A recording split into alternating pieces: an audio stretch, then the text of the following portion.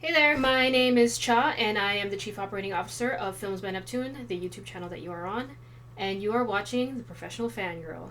The Professional Fangirl is basically a bridge between professionalism and fangirling. The show is going to have a lot of business aspects of the indie filmmaking industry, as well as flailing from me.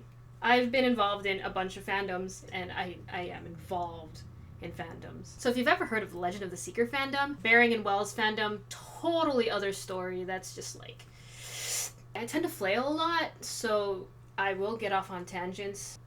Back to what we were talking about. On the other side of the spectrum, I do professional work. I produce mostly, and I also edit. Right now I'm working on a couple web serials. Is it web serials or web series? Whatever. Web series is web series. Just go with web series. Such as Dashboard, which you may have seen on this channel. And we have a couple more coming up this month. No, wait. In the fall.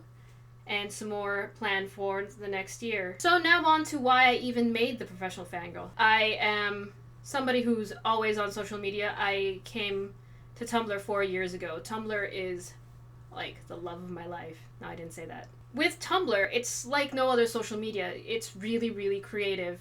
And I found a lot of people on it that share the same kind of creativity as me, but they are always aligned with fandom. Outside of Tumblr, we have created other things together. One of my friends, who's in the UK, we met through a photography blog, and now we write short films, write web series together. So social media is such a powerful tool to communicate and find people who are interested in the same things that you are, and to find people to collaborate with. Now the fangirl part of professionalism, or the girl parts. Fangirl, not necessarily like a professional fan or anything, but a professional who is a woman. Studies show that 71% of women are on social media, so we fucking dominate. Am I supposed to cuss on this show? Oh well, it's my show. We dominate on Twitter, we have 62%, and on Facebook, 58%, and on Pinterest, 70%. I don't really understand Pinterest. It's kind of weird. Now, on the other side of the spectrum, 62% of men are on social media, but they use things like DeviantArt. 59% of them are on DeviantArt, Dig, 66%, and Reddit, 74%. I know I'm like blasting out all these numbers at you, but this is me. I am going to focus on the women's perspective. On YouTube, I mean, it's almost split right in half between male and female, and it's 54% men, 46% women, but who are the content creators? There are content creators out there that are women. I mean, there's tons of them. There's like Jenna Marbles, there's Felicia Day. Comediva is one of my favorite channels on YouTube, and they are this channel who that focuses on women and comedy, and I think it's just great. But in the film industry, it's also dominated by men, which sucks. I went to Comic-Con recently, and while Comic-Con and Geek and all that stuff is so totally male-oriented, Comic-Con is actually like 40% female. The geek in me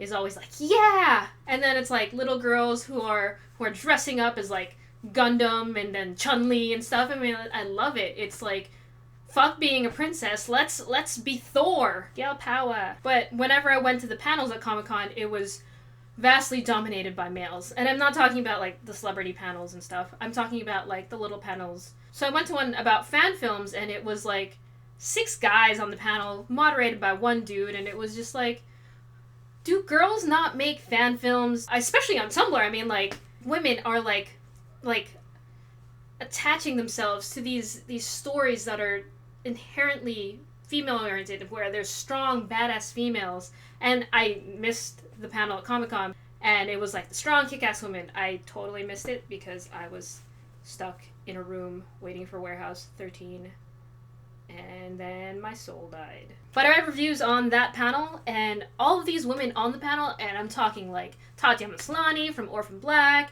and the chick that plays Michonne, and Starbuck, and I don't actually know these people's names. All these women on this panel are talking about how women are not written enough. They're not exposed to the viewership. They actually called for action for more women, to create more women's stories for women, and not Twilight, and not like Vampire Diaries. I'm talking about badass, kick-ass, like strong women who will actually do shit. And there is a lack of it. I mean, yeah, there are kick-ass women. I mean, come on, Michonne. Michonne can kick your ass. But there is a lack of it in indie filmmaking. So, let's talk about numbers once again. In the film industry, and I'm talking about, like, big, large conglomerate film industry, because I can't get any of these indie numbers. Only 18% of the industry is female, and that's from the 250 top grossing films. 9% are directors, 15% are writers, 17% are executive producers, 20% are editors, only freaking 2% are cinematographers, and 25% are producers. And only 32% of the female actresses have a speaking role. So as a female, I'm a little offended. So what do you do as a female in this industry? You do something about it. And that's really what this channel is all about, this particular vlog. So yeah, on this channel you're going to see a lot of badass, kick-ass women, and a lot of people behind the scene are going to be badass, kick-ass women. So I hope you stick around. So don't forget to subscribe to our channel, Films by Neptune, and also follow me on Twitter. I hope I put that up. Cha_Apostol on Twitter. Our web series, Dashboard. Woo! Peace out, Geek Week.